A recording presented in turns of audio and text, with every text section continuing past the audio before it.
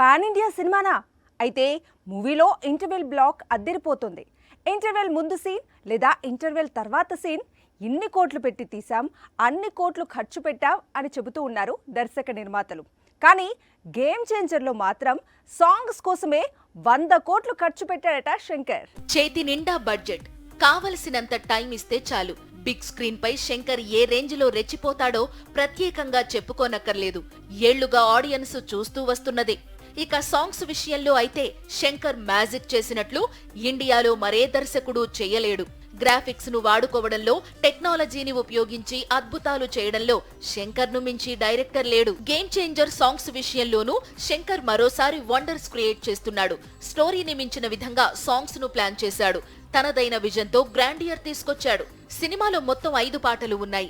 వీటిని దాదాపు 100 కోట్లు పెట్టి షూట్ చేశాడట. నానా హైరానా పాటను 20 కోట్లు పెట్టి తీశాడట శంకర్.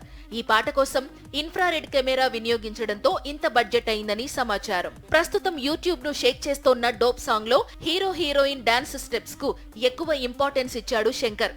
కళ్ళు చెదిరే సెట్స్ తో పాటు లీడ్ పెయిర్ స్టెప్స్ హైలైట్ అయ్యేలా చేశాడు. ఈ సాంగ్ ను దాదాపు 13 రోజుల పాటు చిత్రీకరించారట. తన కెరీర్ లో ఎంతో శ్రమించి ఈ పాటలో డాన్స్ చేసినట్లు ఇటీవల కియారా చెప్పుకొచ్చింది.